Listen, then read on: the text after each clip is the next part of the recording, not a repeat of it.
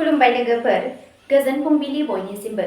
नोंथांमोनखौ एनबि ब्रह्म चेनेलाव बयखौबो फिन खेबसेबाव बरायनाय बावहरग्रोनाय जाबाय। आं दिनै नोंथांमोननि सिगाङाव दिनैनि सानसेनि फानजामुथिखौ फरायथिनो लादों। आसा खालामो नोंथांमोनहा फानजामुथिखौ खोनासंनानै मोजां मोनगोन। नोंथांमोना भिडिअखौ नायना मोजां मोनोब्ला लाइक, साबस्क्राइब, कमेन्ट आरो शेयार खालामनानै होलांब्लानो जाबाय।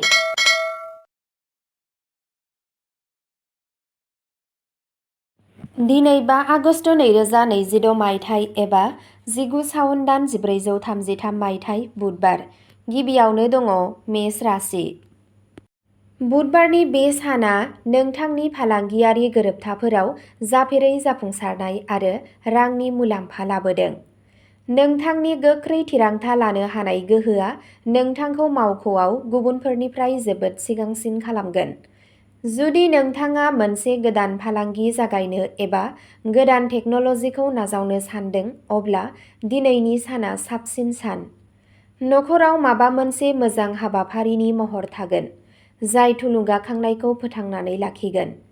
बेलासि समाव गावनि जिउनि लोगोरिजों रायज्लायनाया बांनायजों गावजों गाव सोमोन्दोआ गोख्रों जागोन। सावस्रियाव गोजोन थागोन। नोंथांनि दिनैनि खाफालगोनां दिगआ जादों सानजा, खाफालगोनां अनजिमाया जादों 1 आरो खाफालगोनां गाबआ जादों रेजें गोजा गाब। वृषभ राशि। दिनैनि साना नोंथांनि खामानि मावनाय आदब आरो न'आरि सम्पथिनिफ्राय मुलाम्फा जानायनि मोनसे दिदोमथि गोनां सान जागोन। मेलेम आरो धैर्यजों नोंथाङा नोंथांनि गोब्राब खामानिफोरखौबो गोरलैयैनो फोजोबनो हागोन। बेंकिं, इनभेस्टमेन्ट एबा स्टक मार्केटजों सोमोन्दो थानाय सुबुंफोरा दिनै गोबां राङारि मुलाम्फा मोननो हागौ। नखरनि आबहावाया जोबोद गोजोनथाव जागोन आरो बिमा-बिफानिफ्राय गोबां अननाय मोनगोन। मोजां मोनलायनायनि सोमोन्दोआव गावजों गाव गावनि गोसोनि सनमानखौ बांहोगोन। मोनाबिलियाव एसे थाबायनाया गोजोन मोनगोन। नोंथांनि दिनैनि खाफालगोनां दिगआ जादों खोला-सानजा, खाफालगोनां अनजिमाया जादों 6 आरो खाफालगोनां गाबआ जादों गोजों क्रिम गाब। मिथुन राशि। बुध देबनि जर'खा अननायजों दिनै नोंथांनि मेलेमारि जौगाथाय आरो सोदोब बिबुंसारआ थिखिनियाव थागोन। नोंथांनि बुंनायनि गोहोमा ओरैबायदि जागोन दि नोंथांनि बेरेखा हान्जायाबो नोंथांजों गनायगोन।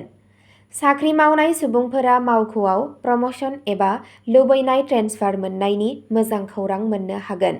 मार्केटिं, मेडिया आरो कमिउनिकेशन बिथिंजों सोमोन्दो थानाय सुबुंफोरनि थाखाय दिनै मोनसे सनानि सान। रांखान्थियारि बिथिङा जोबोद गोख्रों जागोन आरो थाबथानाय राङा फैफिनगोन। मोजां मोनज्लायनाय जिउआव रमान्सआ थागोन। नोंथांनि दिनैनि खाफालगोनां दिगआ जादों साहा, खाफालगोनां अनजिमाया जादों 5 आरो खाफालगोनां गाबआ जादों गोथां गाब। कर्कट राशि। दिनै नोंथांनि गोसोआव गोदान गोहो, इसिङारि गोजोन लानानै फैदों। थांनाय माखासे साननिफ्राय सोमजिनाय गोसोआरि गोनो गोथोआ दिनै आबुङै जोबसिगोन। फालांगियाव गोदान बाहागोदारि दाजाबदेरनायजों खामानिनि गोख्रैथिया 2 गुन जागोन। फरायसाफोरा गावनि फरायनायाव गोसो होनो थाखाय दिनैनि साना जोबोद मोजां सान। मोनफ्रोमबो बिथिङावनो नोंथांनि जिउनि लोगोरिनि हेफाजाबा नोंथांनि गोसोखौ गोजौ लाखिगोन। मोनाबिलियाव बबेबा धोरोमारि थावनियाव सम हगारनाया गोजोननाय होगोन। नोंथांनि दिनैनि खाफालगोनां दिगआ जादों सा-सोनाब, खाफालगोनां अनजिमाया जादों 2 आरो खाफालगोनां गाबआ जादों गाइखेर गुफुर गाब। सिंह राशि। दिनै नोंथाङा नोंथांनि मान-सन्मान आरो समाजारि बेंखनाव गोबां जौगानायखौ नुनो मोनगोन। नोंथांनि नोजोरारि सानस्रि आरो आखा-फाखा आदबजों नोंथाङा खामानि थिलियाव मोनसे गिदिर दैदेनगिरिनि खाबु मोननो हागोन। सोरखारि खोन्दो एबा गिदिर कम्पानिफोरजों सोमोन्दो थानाय फालांगिरिफोरा गिदिर कन्ट्राक्ट मोननो हागौ। रांखान्थियारि थासारिया सिगांनिख्रुइ गोख्रों जागोन, जाय नोंथांनि रां जमा दोननायखौ बांहोगोन। गथ'नि जायखिजाया सोलोंथायारि जाफुंसारनाया नोंथांनि खर'खौ गोग्गानायजों गोजौ खालामगोन। सावस्रिया मोजां थागोन। नोंथांनि दिनैनि खाफालगोनां दिगआ जादों खोला, खाफालगोनां अनजिमाया जादों 9 आरो खाफालगोनां गाबआ जादों कमला गाब। कन्या राशि। नोंथांनि गोख्रों मेगन आरो मोजांसिन हाबाखौबो मोजाङै मावनो हानाय गोहोआ नोंथांनि दिनै मावख'आव जर'खा सिनायथि होगोन। फालांगियाव थाबथानाय रांखौ मोनफिननानै नोंथांनि रांखान्थियारि जेंनाया सुस्रांजागोन। बायजोजों सोमोन्दो थानाय फालांगि खालामग्राफोरा गोदान अर्डार मोननो हागोन। नखरनि गेदेरफोरजों जिरायनानै जायखिजाया गोब्राब जेंनानि सायाव थार राहा दिहुनगोन। जिउआव गोजाम गोरोन्थि बुजिलायनाया गोजान जागोन आरो गोदैया बांगोन। सावस्रिनि बेलायाव साना जोबोर मोजां जागोन। नोंथांनि दिनैनि खाफालगोनां दिगा जादों सा-सानजा, खाफालगोनां अनजिमाया जादों 4 आरो खाफालगोनां गाबा जादों अख्रां गोथां गाब। तुला राशि। दिनैनि साना नोंथांनि जिउआव गोदान खाबु, समानथाय आरो रांखान्थियारि गोहो लानानै फैदों। आरिमु, समायना, फेशन आरो इन्टिरियर डिजाइनिंजों सोमोन्दो थानाय सुबुंफोरनि थाखाय दिनैनि साना मोनसे जर'खा सान जागोन।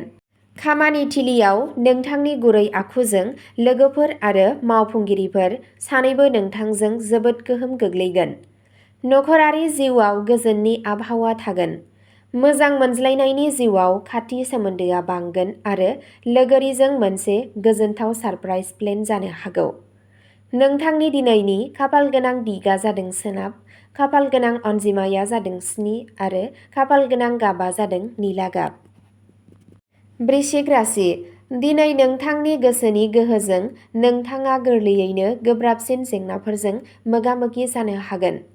साख्रि मावग्रा सुबुंफोरा गावसोरनि खामानियाव थानाय हेंथाफोरखौ अरायनि थाखाय बोखारगोन।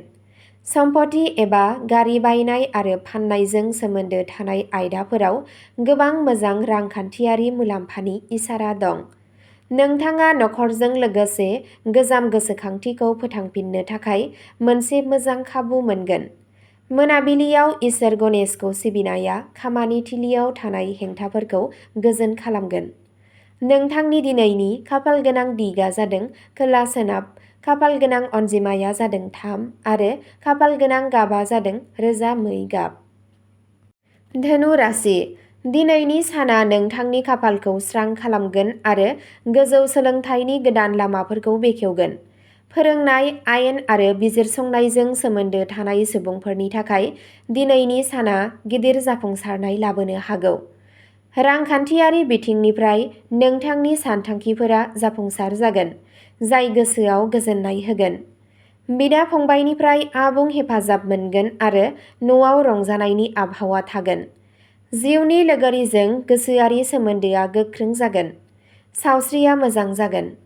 नोंथांनि दिनैनि खाफालगोनां दिगा जादों सा-सानजा, खाफालगोनां अनजिमाया जादों 8 आरो खाफालगोनां गाबा जादों गोमो गाब।